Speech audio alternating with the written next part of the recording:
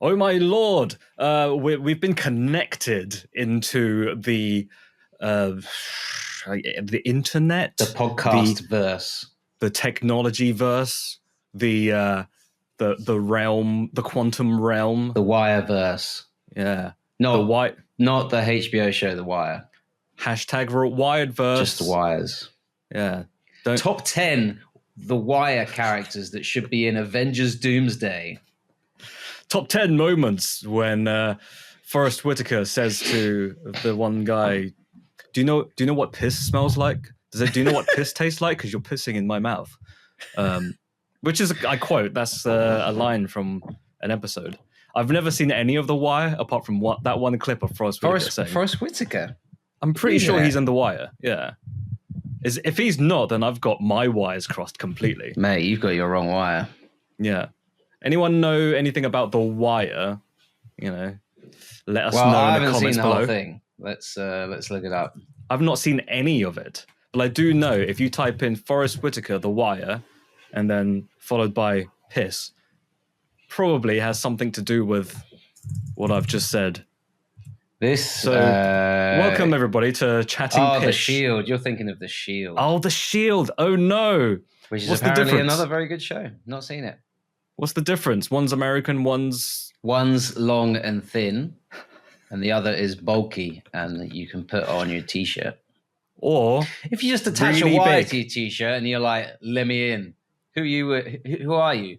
I'm with The Wire. You just show them loads of wires hanging off your shirt. It's not going to work, mate.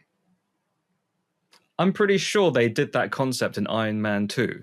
Because, yeah, Mickey Rourke's character had a bunch of wires, and then Iron Man had a big shield. Yes. So now we know which show is best, because Iron Man 2. I think he uses a car door as a shield or something. I don't know. Something like that. That's a great sequence, though. I do like that sequence where he flips over. Yeah, and the suitcase armor. He goes, I am Shield Man. Hey, speaking of wires and shields, here's the jingle.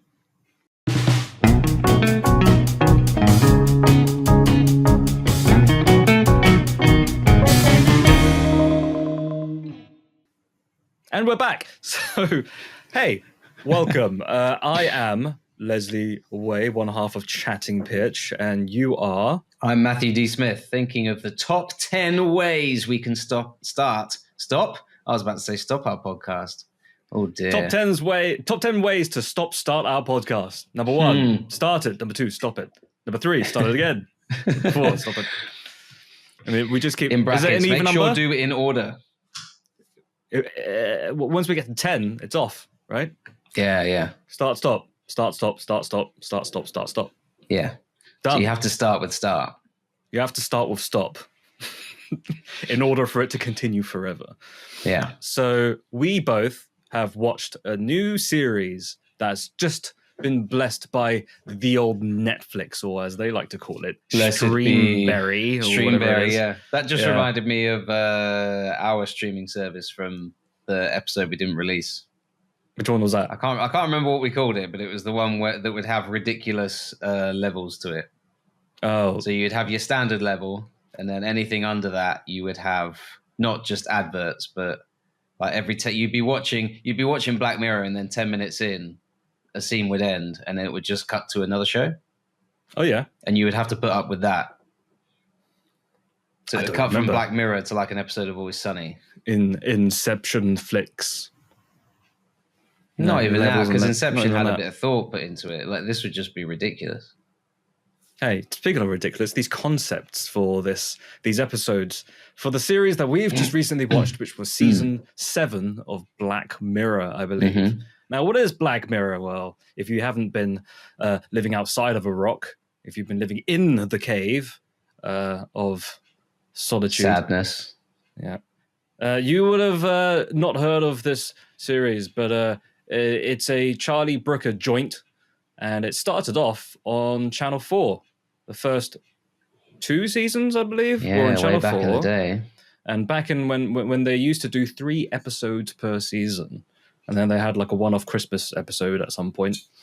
And then Netflix went and thought, hey, I'll have a bit of that. Hey, I'll buy that. I'll buy that, and then say it's a Netflix show. Yeah. And then have Charlie Brooker lampoon on Netflix as a streaming model in one of his episodes, one or two of his episodes, actually. But yeah, this show is an anthology series. It's all about different episodes, very short stories, usually lasting within like 40 minutes to maybe over an hour each. Yeah, some of them are feature length. I'd say the only thing they all have in common is that they are linked to technology in some way. Yeah. Is it technology's bad or is technology good? Up for debate. A lot of them is just, it just comes down to, come on, guys, you're using that wrong. Okay. Like you've taken this piece of technology that could be great and you're using it for the wrong way. You're talking about the characters in the story that are using it wrong. Yeah. Okay. Yeah. It reminded me a lot of actually the latest Wallace and Gromit. Oh yeah. So I was watching that this morning again because my son is 4 and that's the only explanation I need for watching it again. And it's funny that if anyone hasn't seen it, Wallace creates a Norbot. Yeah, the nifty Norbot. Like an AI. It's an AI robot, and it turns evil and it turns good, and it's all about who's using it, really. And I'd say the same in Black Mirror. Ta-da! That's what he does, doesn't he? He does. But yeah, if Wallace was in Black Mirror, he'd be screwed completely. He would have a bleak ending. Yeah. Oh yeah, really, really bleak. Yeah, some of these are especially bleak. I'd say that's a. We've got like 6 episodes to get through. I've seen 6 of them, and you've only seen 5 of them. The one that you haven't seen is the last episode, from what I remember you telling me. But let's just get through them, and there's a lot to talk about, isn't there? Yeah, we'll review. Yeah, episode 1, The Phantom Mirror. The Phantom Common People. Have you seen there are some people saying, hey, why can't we have an optimistic show called White Mirror? White Mirror, yeah. Well, that's a completely different show, isn't it? Well, that would just be a show with technology where people are all making the right decisions and using technology in the right way, which isn't really what Black Mirror is about. You sort of miss the point. Go watch Star Trek. If you want that, just go watch Star Trek. If you want an altruistic show about technology, watch Star Trek, because that is very altruistic without being overly sappy or unrealistic. Yeah. I mean, you go into Black Mirror and the title is in, well, I mean, the meaning of the show is in the title. Yes. You know? It's very dark in terms of its tone. It's like looking at your reflection, but you've not turned the light on. Yeah.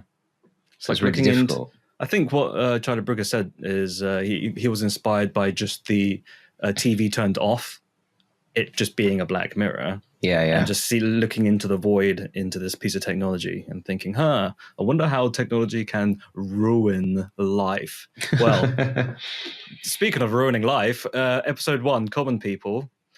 Whew, what a doozy of a starter. Yeah. What a downer ending. Very downer. Shall we just we'll do spoiler free for now. Okay, right? Spoiler free. Right. There we go. So all the fingers showing honesty. Common People. Free. We start off with Chris O'Dowd from IT Crowd fame and Rashida Jones, daughter of Quincy Jones and co-writer of Toy Story 3. Really? Did you not know that? No. It's a little bit of trivia that I went into a wormhole once, just looking at who wrote this and who wrote that, and then somehow I landed on Toy Story 3's page, and I was like, Rashida Jones, there she is. Crazy. She's really good in Parks and Rec as well. Have you seen that? Yes, I've seen the first season of Parks and Rec. I'm making my way through, so no spoilers on that.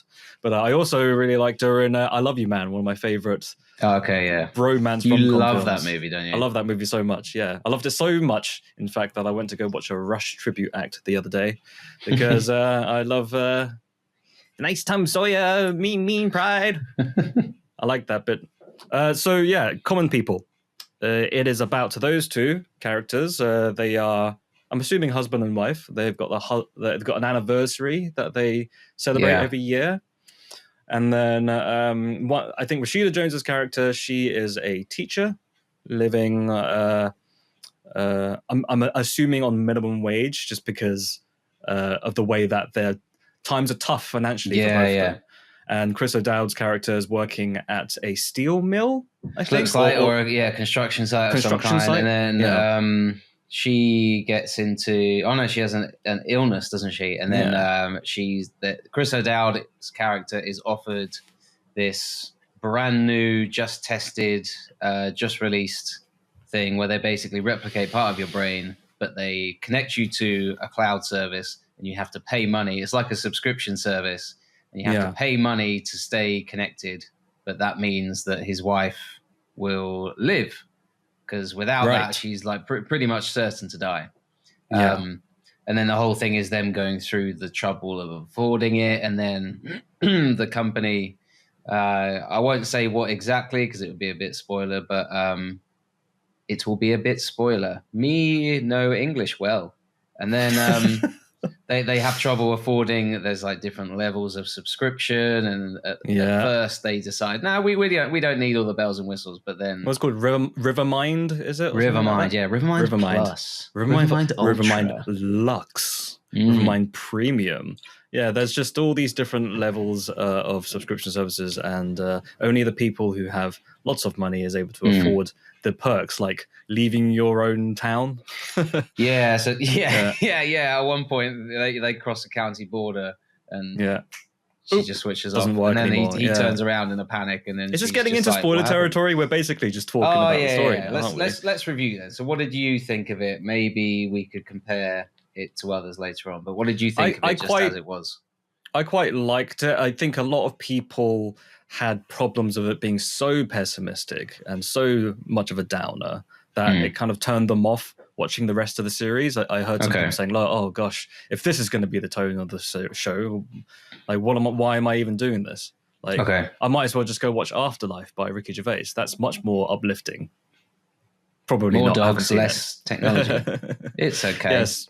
So, I quite liked the concept of it. I felt like some of it was quite predictable because I kind of saw it happening. Yeah, there's a lot of foreshadowing stuff, and like that website. Yeah, I won't say anymore, but yeah. What was it called? Dum Dums or something like that? Something like that, yeah. Yeah. Good, win dumb money or something like that. So if you've seen the episode, you know what we're talking about. But I did find myself kind of thinking, oh, how is it going to end?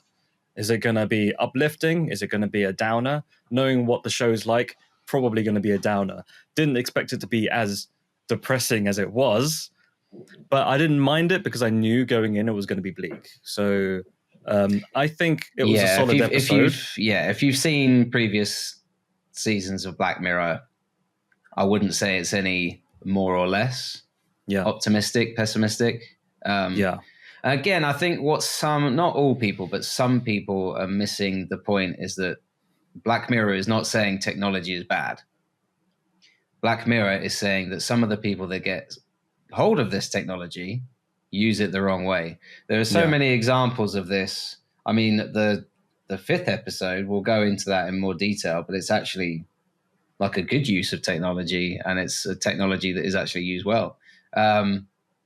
There are so many bits of technology in here where it's okay if the right people got hold of it, maybe more slightly moral people, then it would be for the betterment of mankind. I would say I would partly agree with some of the people that say it's a very much a downer first episode, because I remember thinking, okay, I'll do 2 or 3. Excuse me. Go ahead. Bless you, my son. Thank you. Continue, Father. Do you often see the Pope wearing like a Spider-Man t-shirt? It's a Marvel Day, my followers. Oh, I just did the Pope as Mario. I'm sorry. I take it back. It's a me, the Pope. It's a me. I am. So shall we just do a simple I remember watching it and thinking, I need a break from Black Mirror after this first episode. Really? Not for me. Just a day. I never went. I didn't think, oh, I can't watch this. But I did get to the end thinking, I can't watch another one. I need to watch. To watch some puppies frolicking in a field for an hour. For me and my partner, we watched the first episode and we were like, fancy watching 2 more? Let's go. We just kept going until did you have the discussion of, would you Would you upgrade the subscription service? We definitely had that. Nah, I'd leave it, mate. I'd leave it. I think my partner said, if I had that thing, would you subscribe me to that? I'm like, yeah, sure, why not? Like, what if we run out of money? Then we're screwed, really. my wife asked me, and I said, I'd keep you on the lowest level because I like to hear the ads because I want to hear about good products. Yeah. That was funny. Just like Ionate water bottles, you can stick things to them and drink from them. Just like USB card reader, you can stick a card in there, and it reads it. And it reads Birthday cards, Mother's Day cards, get well soon cards, any cards it will read. Just hover it over the top. Get well soon. Oh, thank you. Who is it from? From Leslie. Thank you, Leslie. Speaking of ads, if we do have any sponsors that are willing to sponsor our... You've just seen the copy that we can create and read. So you don't even have to give us any notes. Please just go ahead. Shall we do like a real quick thumbs up or thumbs down for each episode, and then we'll do a final do thing. So I think this was a thumbs up in my opinion. Yeah. Was it a thumbs down for you? I'd say maybe a quarter, maybe halfway up. Oh, we've got a rating system for the thumbs up and thumbs down now, do we? Ooh. I would say halfway up for this one. I'm just going to go up or down, but I thought it was a good one. I didn't mind it. I didn't care that it was bleak. I was just kind of like, oof, wow. On to the next episode. I preferred the next one. Yeah, so the next episode was the next one. Episode 2. Remind me which one it was. Bete Noire. Bete Noire with the person who works for the food company. Yes. So it is essentially, to put it, is it a spoiler to say what I'll set it up. So she works for this, must be like a confectionery company. Yeah, Nestle. I can't remember the character's name. And she creates new chocolate bars or like new ideas for the company. And it's big, exciting times because she's just come up with a new product that's being tested. And could it work? Could it not? And the big boss is coming for a visit this week as well. But then she notices on the Monday that she recognizes someone from the taste tester session that they have, and it's someone that she used to go to school with, who was a bit of an outsider.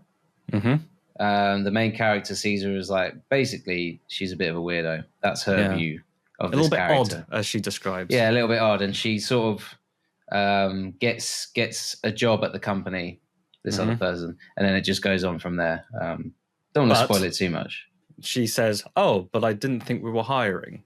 And that's a good indication as to what the twist might be. I didn't think we were hiring, and then she looks up the company website. Oh, we are hiring. Oh, okay. How come no one ever told me? You know? Yeah. And then things like that progressively happen, and it escalates, and it gets a little bit. It's very paranoid, isn't it? Yeah, very paranoid, and it's kind of like, I guess in a way, it's a very on the nose metaphor for gaslighting. You know, somebody convincing you that something is true when you are so sure that it's not. Like somebody convincing everyone around you. I'm pretty sure that that's that guy from that movie. I'm like, I'm telling you right now, that is not that guy. I'm telling you, Forrest Whitaker's never said piss. He would just say wee wee. I've been in this situation before where I was watching. You put wee wee in my mouth. That's what he would say. Okay, I've seen The Shield. But I quite liked, it was a bit on the nose, and who knew that power corrupts? You know, it's got that message. But I guess we're a bit jaded. We're in our 30s now. Yeah. And I guess, you know, maybe someone who's in their late teens would watch this and go, oh, power corrupts, and absolute power corrupts, absolutely. And we're sitting here jaded going, yeah, we know that already.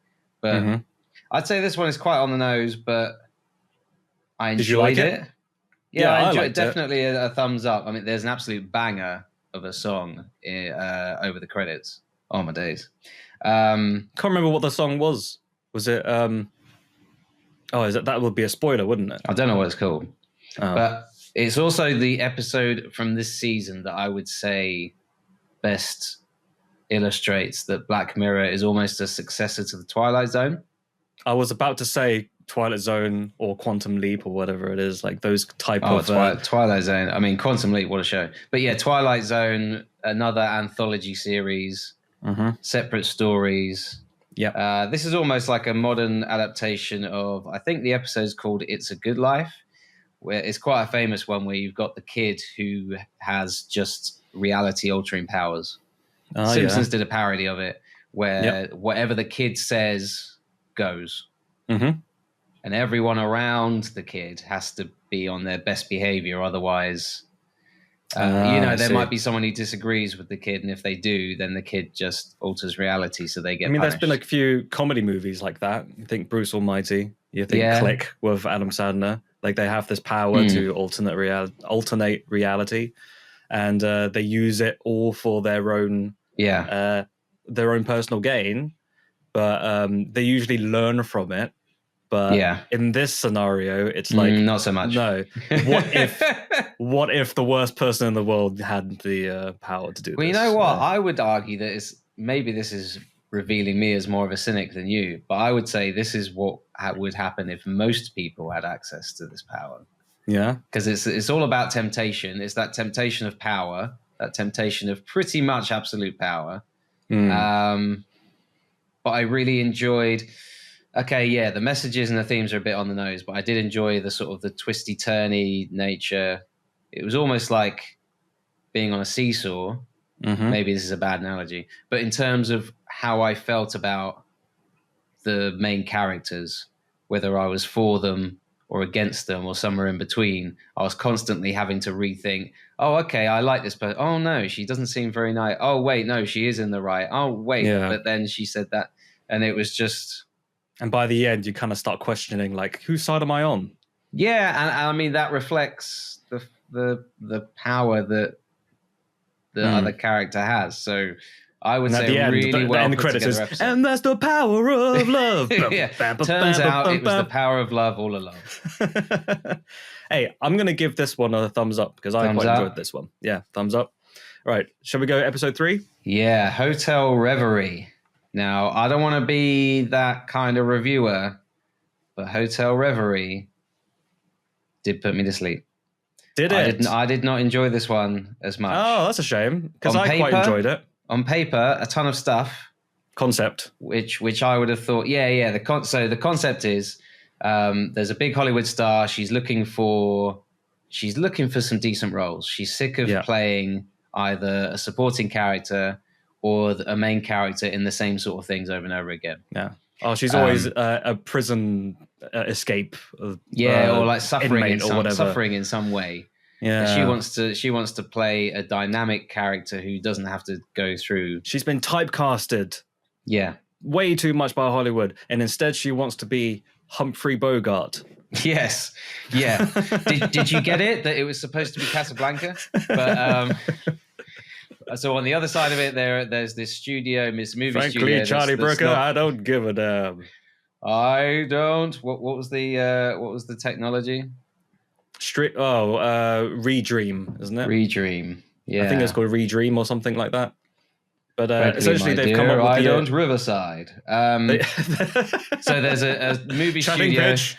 We don't Riverside. We don't Riverside, except we give a damn. There's a movie studio that's not doing so well, but they decide to remake a classic from their back catalogue using this new technology. Yeah, where you put little bleeps and bloops on your head, which is a piece of technology that's been used numerous times throughout the episodes, especially this one. Like this season, they keep using that thing. Yeah. So the idea of going into things. Yeah, and it's almost like they thought of the one idea in the past, and they thought, let's rinse as many ideas as we can. Well, let's keep reusing that imagery, but in different ways. Yeah. Anyway, because Charlie Brooker kept going, I've got an idea, and he kept tapping his head so much that he had to have a plaster. Yeah. And then someone said, "Hey, that looks like an idea." And then one day he went, "Enter a game."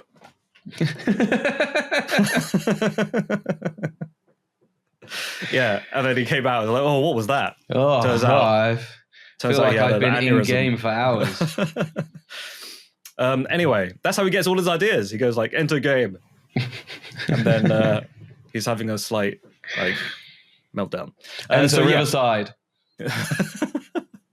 So so the story is they're using that technology, right? Mhm. You said that they have the technology to create an alternate reality built within entering a bunch of data from the original Casablanca type movie.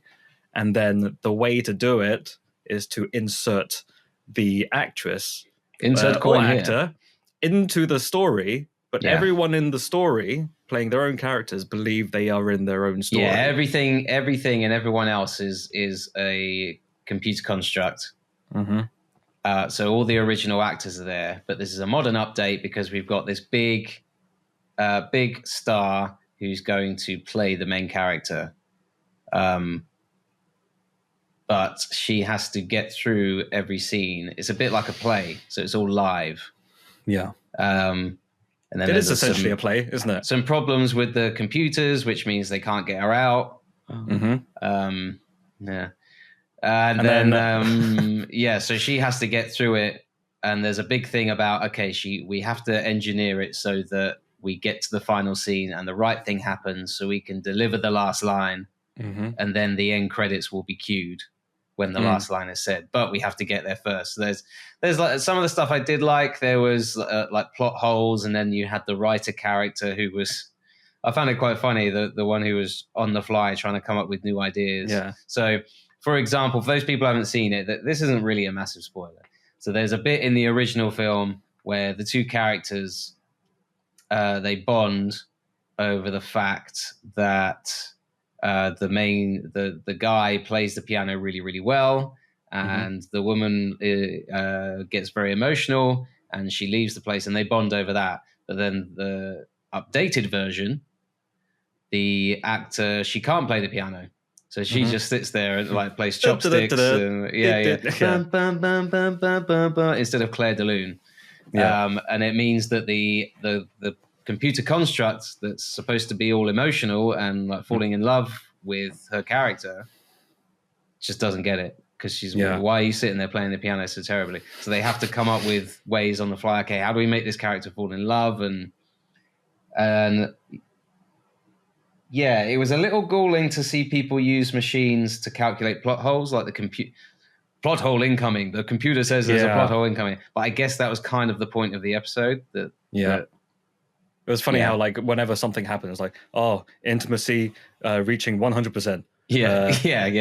Oh no, we're crashing. Plot holes increasing. And I used to, I sat there thinking like, well, isn't it obvious that she's falling in love because she's showing like all the like social emotional side? But I think that's the part of the point of the episode, that these people are looking at data instead of looking at the human face in front of them. So it did make me kind of wonder why they are using the technology the way that they were, because it kind of made no sense to me personally why they would just let it all play out from beginning to end. Because surely things will go wrong and you have to go back to the beginning and reset, right? Yes. So it's almost like, are they doing it like they're playing a game?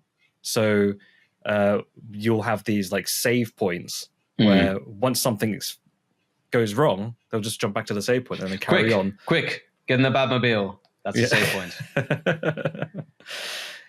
Which, you could do in this movie, because everyone else, they're just going about that. So each character has their own mind, and they believe that they are the character. Yeah. So if you tell them I've got a Batmobile, they'll be like, what's a Batmobile? And then you can explain to them, my Batmobile is Batman's car. Like, who's Batman? Well, Batman, he's Bruce Wayne. Who's Bruce Wayne? Well, his parents. It's essentially, if we mentioned Star Trek earlier, didn't we? It's essentially I don't know if you've seen much of Star Trek, but there's a technology they use called the holodeck, which means they walk into a room and they can just decide whatever program they want, and they can just live in that world. And for them, it's like recreation, like I know Kung Fu, a form of escapism. The Matrix. Not really. It doesn't like teach them kung fu, but they can like enter a world or a story. So they could go, "Hey, I want to be." You just name it different martial arts now. No, that's what Keanu Reeves. I'm pretty sure he says that at some point. Well, it's "Oh, less jujitsu. It's I'm less going to that learn it tells you. jujitsu." It's less that it tells you. It doesn't like teach you how to do stuff, but it's No, just it doesn't. No. you can walk in and be like, okay, I want to be in a swimming pool, doing some swimming, and then the holodeck will just create a swimming pool for you. That's not very imaginative, is it? Or I want to be in 1980s New York, and the all the people around you are computer constructs, but you interact with them.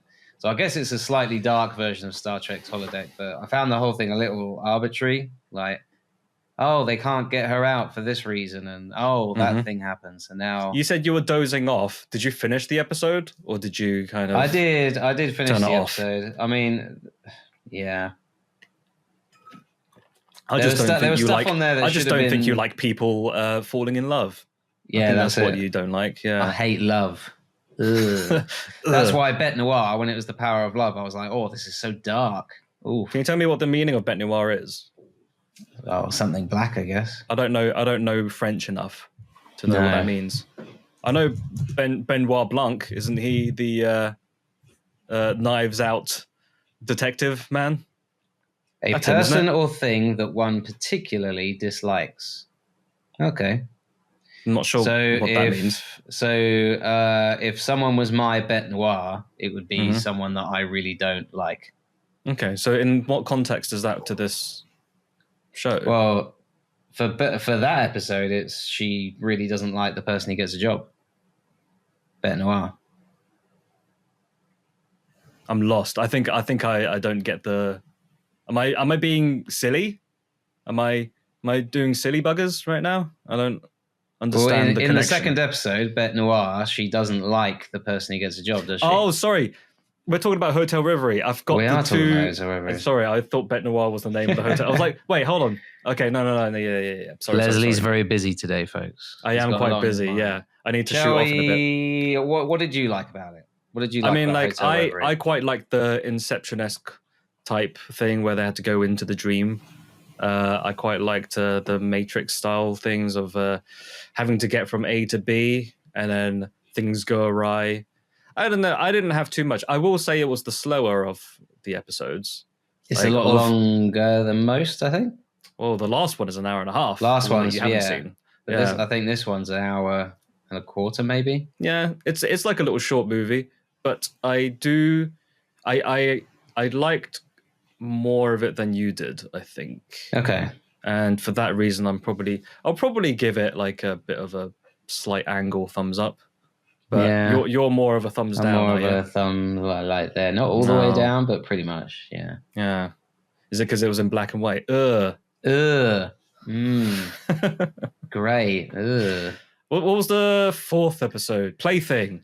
Yeah. That's probably my favorite. I quite liked Plaything. Yeah, I think it was one of the stronger episodes. And did you know that it's also got a tie-in game? Oh, has it? You can download the game. I want to play it. Yeah. Yeah, wow. Plaything. All right, so could you set Plaything up for us? Yeah, sure. So Doctor Who robs a bank. Okay, Peter Capaldi, one of the Doctor Who's, he is set up at the beginning as someone who looks very shifty. He gets arrested under suspicion of theft. And then they've got some sort of technology where they can DNA swab you and then ID you instantly. And then they immediately find that he's got a perfect ID match of a long-running case that they had that was to do with Moida. Another Moida.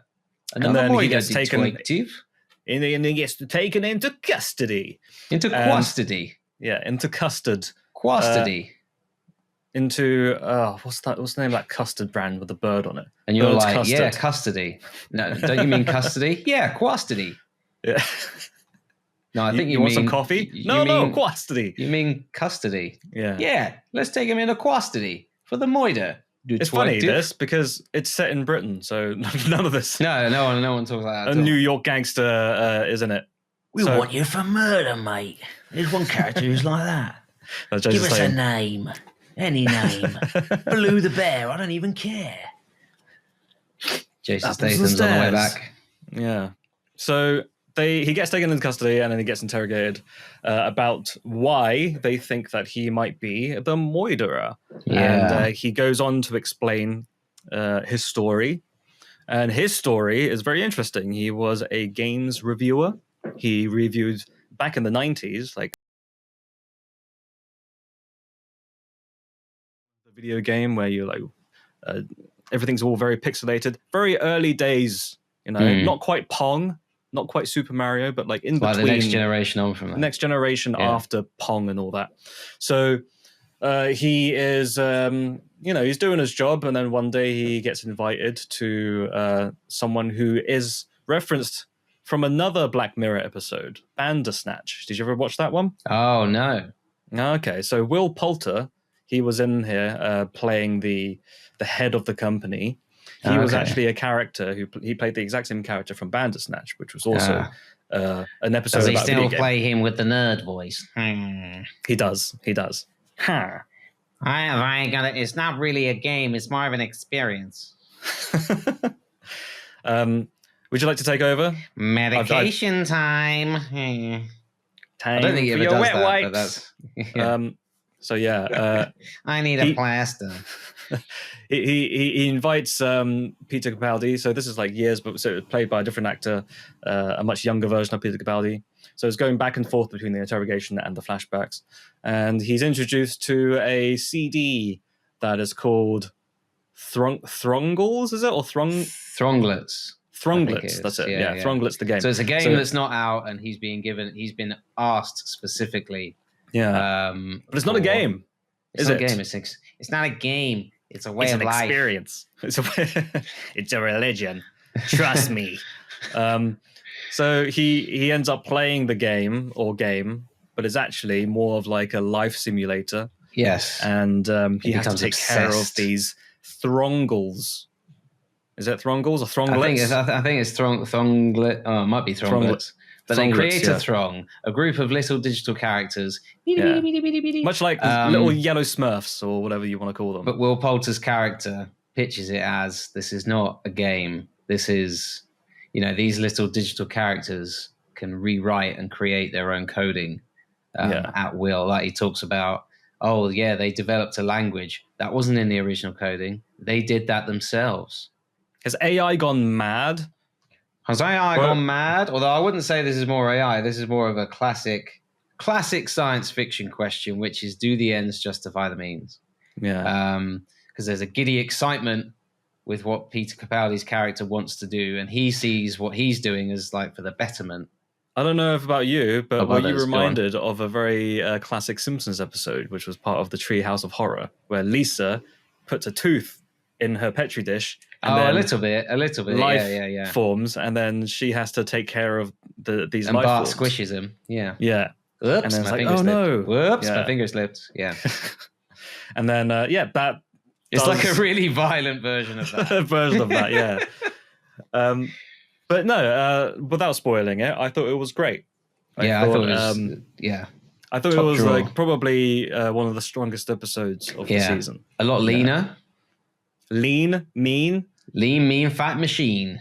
Lean, bean machine. Lean, mean, green screen, bean machine. Dr. Robotnik's Mr. Mean Bean Machine. That's a reference that no one's people ever probably played Mean won't Bean Machine. know. Then, boy, you think we've gone mad. But if you have played Mean Bean Machine, then we are gods to you.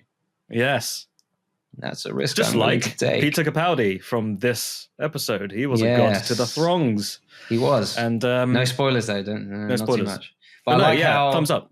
I liked it. His performance, definitely. His performance is a big thumbs up for me because he's simultaneously showing off like this great mix of he's like creepy, but also he's like genuinely enthusiastic about what he's doing, and he's hopeful that it's for the best, that what he's doing will improve other people's lives, and he's not got... I wouldn't say he's really got an ulterior motive. He's in there to explain what he's doing.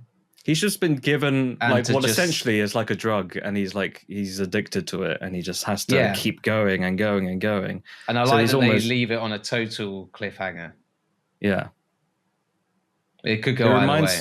It actually reminds me a lot of this this really old Radiohead music video.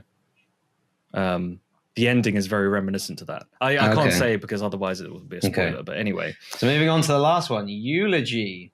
Eulogy. Paul Giamatti. Yeah.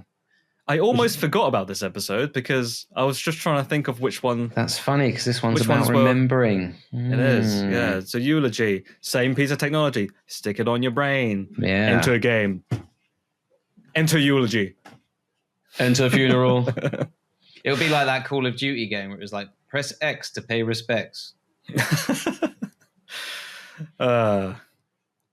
you like me to set this one up?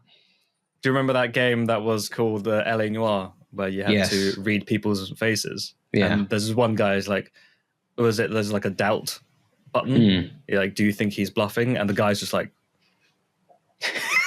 looking the most shiftiest person in the world. But also, sometimes you take a while to decide, wouldn't you?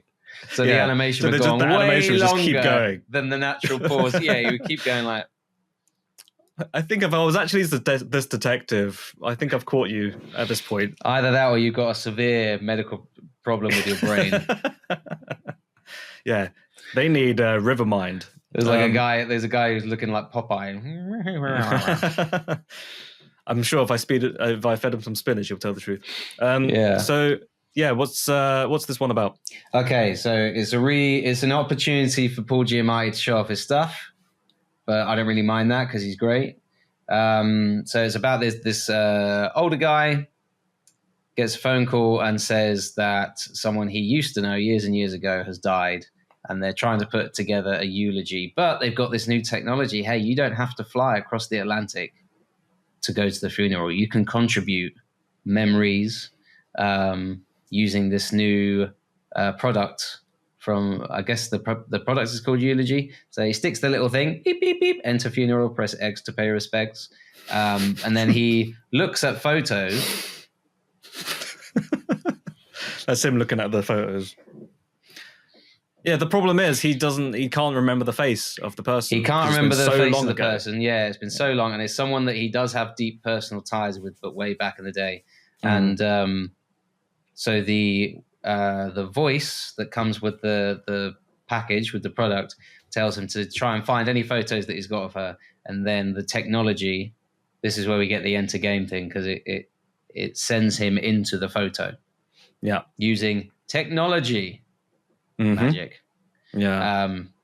So he goes into these photos. The problem is any photos that he has of her, he's also like scratched out, yeah, like cut out.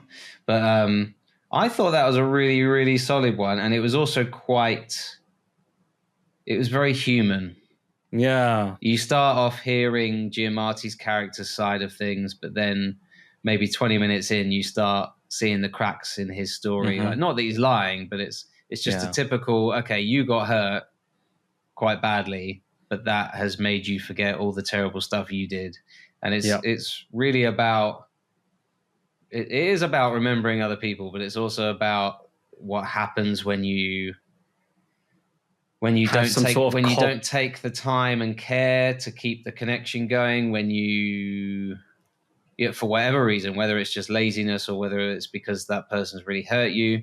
And it's about what happens when you realize you could have had that connection, but you maybe chose not to, or you just allowed the relationship to crumble. And then the regret that he has later, because he only finds out that he feels this way, these deep emotions, because he's going through this eulogy. So it's that whole catch-22 of he would never realize how he feels until he can't tell her. Yeah. So it's a bit of a melancholy episode. Yeah. And I feel like Paul Giamatti's always bringing his A game in all the roles that he plays. I am the Rhino. I told you I would be back. That's why he doesn't know him. It's Spider-Man. He's wearing a mask. Which Spider-Man was it? Was it Toby? Was it Andrew? I can't remember. I've hit my head. There's too many of them, but I can't remember. Yeah. Let's go into the photo. There's vulture wings and Dr. Octopus arms.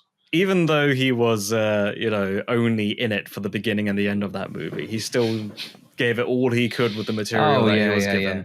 And he's going for what I like to say Willem Dafoe, where it's ultimate scenery chewing acting, but that is what is required.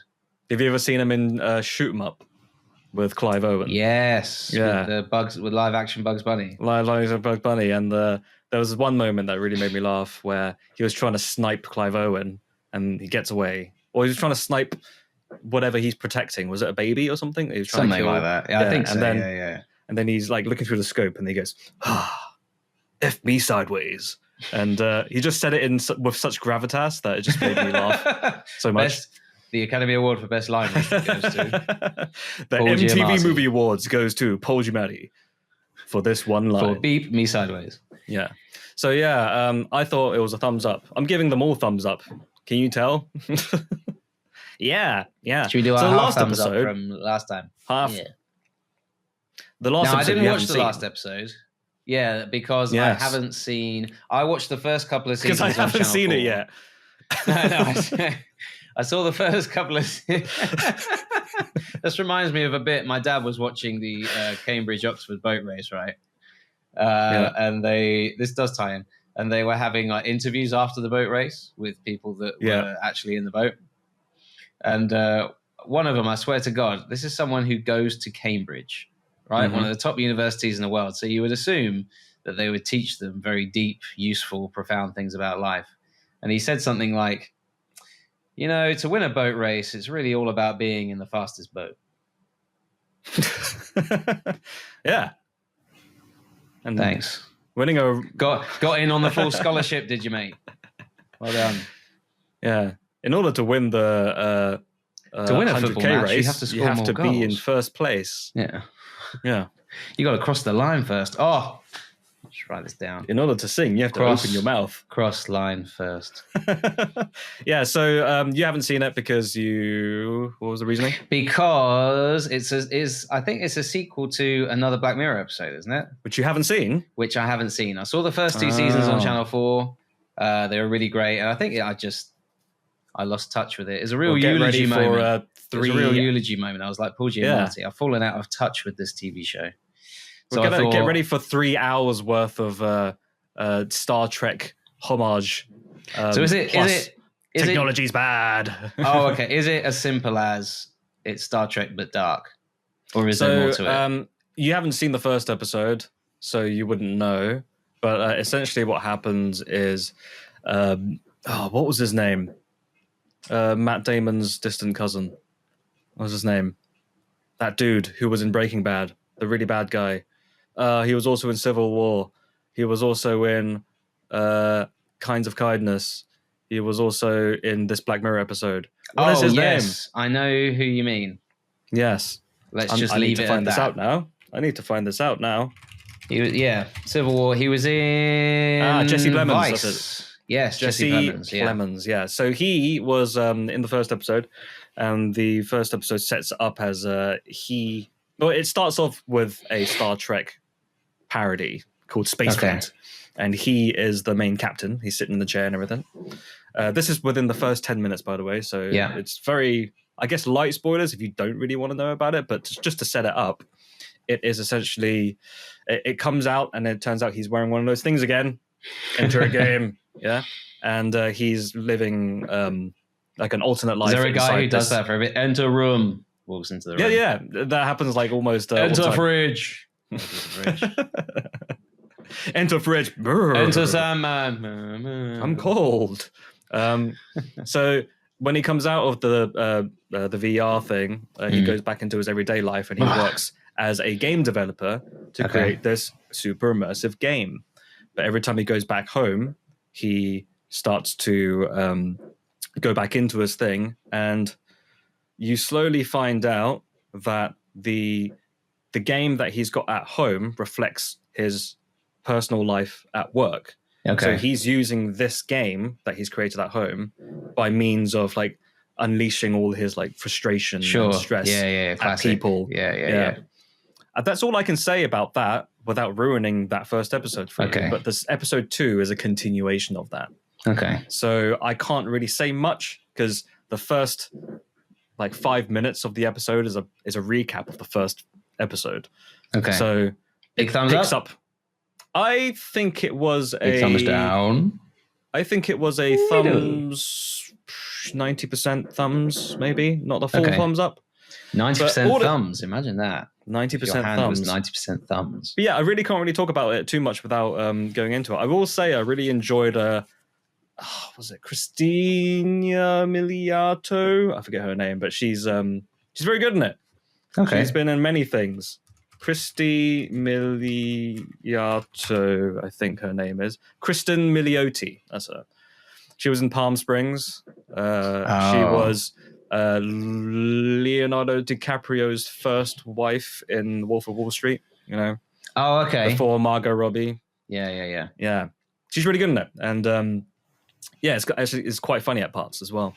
But I would strongly recommend watching the first one before you're watching the second one, because otherwise it just won't make any sense. Okay.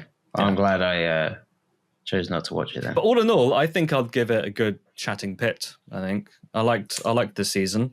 Yeah, chatting pit. This season. Not a full chatting pitch. There were some moments where there were some lulls, you know. But I think I enjoyed it more than you did for the most part. But I'm a sucker for these kind of things, you know. And I guess that leaves us with our final segment. And I don't have a lot of time because I have to get going. Let's do a quick pitch of our own Black Mirror episode.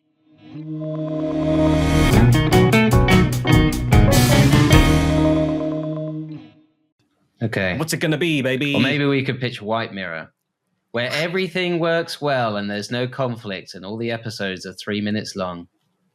Just be ads for technology, wouldn't it? You know what it'll be? It'll be, hey, you can insert this computer into your brain and listen to unlimited ads for the rest of your days. Enter advertisements. Do you like... Has this ever happened to you? Do you have problems with your leaky tap? Do you have problems with your eyeballs falling out? Well, not anymore, friend. Introducing Eyeball Lock. Lock your eyeballs in place. So your regular schmo... LOL. Lots of lids. Keeps your eyes secure so they don't pop out. Try it today. Sponsored by LL Cool J. The L stands for lids. Lid, Cool J. Lid, I'm Cool J. I can't see anything. Hey, I'm LL Cool J, and I'm from... You remember me as from such movies such You remember me as the chef from Deep Blue Sea. Yeah, that's right. I'm here to sell you a product that's out of this world. It's called LL Cool J. It's called LL Cool J's Lip Smacking Lids. Lip smacking lids. They double as a delicious snack. There's a supercut of LL Cool J. I think it was on Conan O'Brien, where between every sentence when hosting an award, he was just licking his lips, just like... Okay. And the LL stands for lip licking. Yeah, very good. And then I guess how does the story end? Charlie is there even a story? This is White Mirror. Charlie Brooker's White Mirror was filmed in front of a live LL Cool J. Live LL Cool J. The L stands for live lips. Have you ever wanted to enter things like buildings or your own mind? Then use this white dot. Stick it on your head. You'll find you can enter places. I'm sorry, sir, you're not allowed in here. Oh, but I've got this thing on. Oh, then please, come on in. Enter. Right this way. You'll see a wall of a foray of different lips and lids for your face. Oh, wait, so this is an advert within the advert? Yeah. That's fantastic. Yeah. Because everyone knows that adverts are the saving grace of entertainment. They're the best bit of content. Sorry, do you ever go to a cinema and thinking, I don't want to miss the trailers? I do like a good trailer. Yeah. So there you go. But the actual ads, the TV ads, ugh. There are some people who are just like, I don't want to... Not filmed who am I? streets. Who am I? I drive this car. Any Hollywood actor. I'm specifically referencing that one. Was it a Rolls-Royce commercial or something? Or Chrysler commercial that Matthew McConaughey was advertising. Oh, okay. And he just had this thing with his hands. He was just like, I drive Rolls-Royce. Was he just telling you about how much money they're paying him? Yeah, probably. Yeah, look it up. With the power of AI. Yeah. AI. White Mirror, sponsored by LL Cool J, Lips for Days. LL Cool J's lip-licking lip lids. and Walton Goggins. Goggle glasses. Walter Goggins. Walton Goggins, Walter Goggles glasses. Yeah. Walton mirrors. Eat a pair today. The fashion that stays on your face, not on your hips. Try it in 13 different flavors. You know what would be a really good Black Mirror episode or White Mirror episode? An episode that has an advert in it that goes, Chatting Pitch, the podcast for days. Podcast for your eyes. Podcast for your lips. That's where the episode ends? That's where the episode ends. Chatting Pitch has been brought to you by Leslie Way and Matthew D. Smith. If you enjoyed this episode, feel free to listen to others and maybe even subscribe. You can follow us on the website, formerly known as Twitter. Listen to us on Spotify or wherever else you listen to podcasts. Leslie and Matthew have their own side hustles as well. Feel free to check out Leslie's YouTube channel or Matthew's Medium blog. Links in the description. If you want anything else, we might have other links in the description if we think of anything interesting to add. Thank you for listening. I love you.